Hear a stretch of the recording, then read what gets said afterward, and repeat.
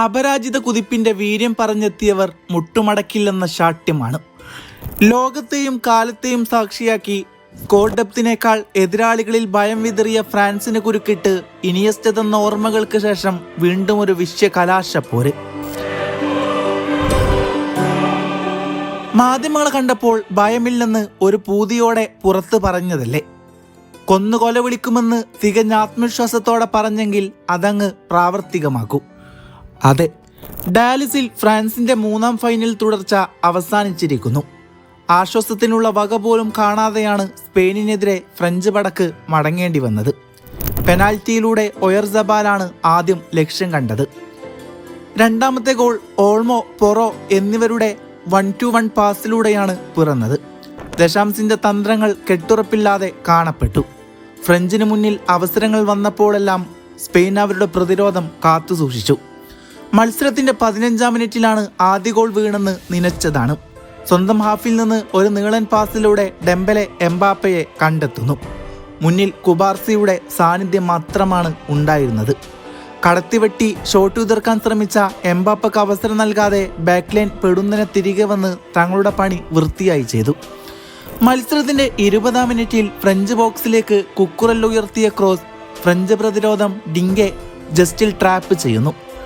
തുടർന്ന് പന്ത് ക്ലിയർ ചെയ്യാൻ ശ്രമിക്കുന്നതിനിടെ ഡിഗ്നയുടെ ചലഞ്ചിന് എമാൽ വിധേയനാകുന്നു. മറുത്തൊന്നും ചിന്തിക്കാതെ റെഫറി പെനാൽറ്റി സ്പോട്ടിലേക്ക് വിരൽ ചൂണ്ടി. കിക്കെടുക്കാൻ ലോകകപ്പിൽ സ്പെയിനിന്റെ ടോപ്പ് സ്കോററായ ഒയർസബാൽ ഒരുക്കമാകുന്നു. പ്രതീക്ഷയൊന്നോണം ഫ്രഞ്ച് കോട്ടക്ക് താഴെ മൈഗ്നനും ഉണ്ടായിരുന്നു. ദിശയറിഞ്ഞ് ഇടത്തോട്ട് ചാടിയ മൈഗ്നന് ഒയർസബാലിന്റെ ഷോട്ട് തട്ടിയകറ്റാനായില്ല. മത്സരത്തിലെ ആദ്യ ഗോൾ പിറക്കുന്നു. ലോകകപ്പിലെ ഒയർസബാലിന്റെ 5ാമത്തെ ഗോളും. മത്സരത്തിന്റെ 29ാം മിനിറ്റ്. ഈ ലോകകപ്പിലുടനീളം ഫ്രഞ്ച് കോട്ട കാത്ത അവരുടെ വിശ്വസ്തൻ സാലിബ കളം വിടുകയാണ്. പകരം മറ്റൊരു താരമാണ് വരുന്നത്.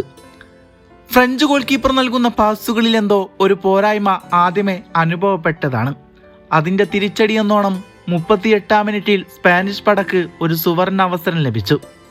ഫ്രഞ്ച് ഗോൾ കീപ്പർ നൽകിയ പാസ് ബയേനയുടെ കാലുകളിലേക്ക്. അയാൾ അത് ഓൾമോയിലേക്ക് നീട്ടി നൽകുന്നു.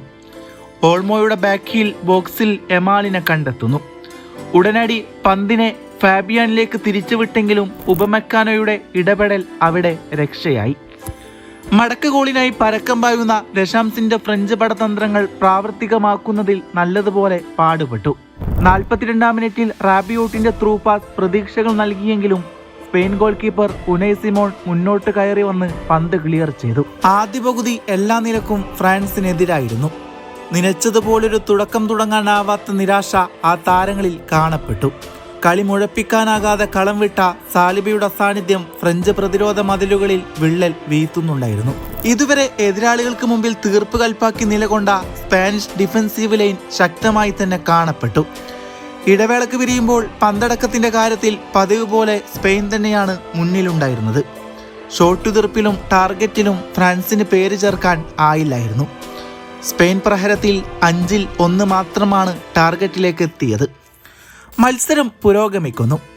58ാം മിനിറ്റിൽ പന്ത് ലപ്പോർട്ടയുടെ കാലുകളിലേക്ക് എത്തുന്നുണ്ട്.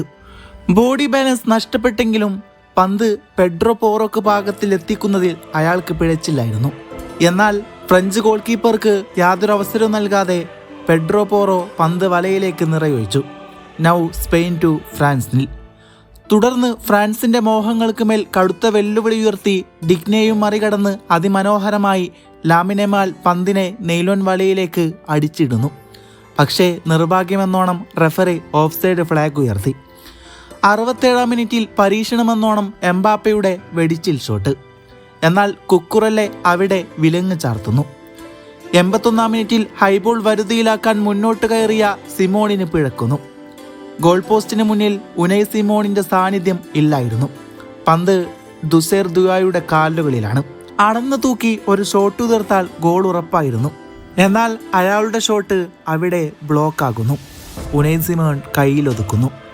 പിന്നെയും ബാക്കി കിടന്ന നിമിഷങ്ങളിൽ ഫ്രഞ്ച് താളം കണ്ടെത്തിയതായി തോന്നി. സ്പെയിൻ കോട്ടയ്ക്ക് മുമ്പിൽ ഭാഗ്യദേവതയും തേടിയലഞ്ഞ് പലതും പരീക്ഷിച്ചു നോക്കി. പക്ഷേ ഒന്നും ഒത്തുവന്നില്ലായിരുന്നു. ഒടുക്കം റഫറിയുടെ ഫൈനൽ വിസിലുമെത്തി. തങ്ങളുടെ ലോകകപ്പ് ചരിത്രത്തിലെ 2ാം ഫൈനലിന് സ്പാനിഷ് പട സജ്ജരാവുകയാണ്.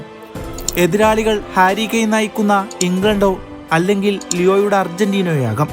പിടിപ്പത് പണിയില്ലാതെ ഫ്രാൻസിന് തളിച്ചിട്ട ലൂയിസ് ഡ ഫ്യൂൻഡയുടെ കുട്ടികളോട് കലാശപ്പോരിൽ എതിരിടാനൊരുങ്ങുമ്പോൾ നികത്തേണ്ടതെല്ലാം നികത്തി വരണം. അല്ലെങ്കിൽ കരഞ്ഞുകലങ്ങിയ കണ്ണുമായി കളം വിടേണ്ടി വരും. എന്നിരുന്നാലും ആ ഫൈനൽ പോരാട്ടത്തിനായി കാത്തിരിക്കാം. സ്പാനിഷ് പട സജ്ജരാണ്.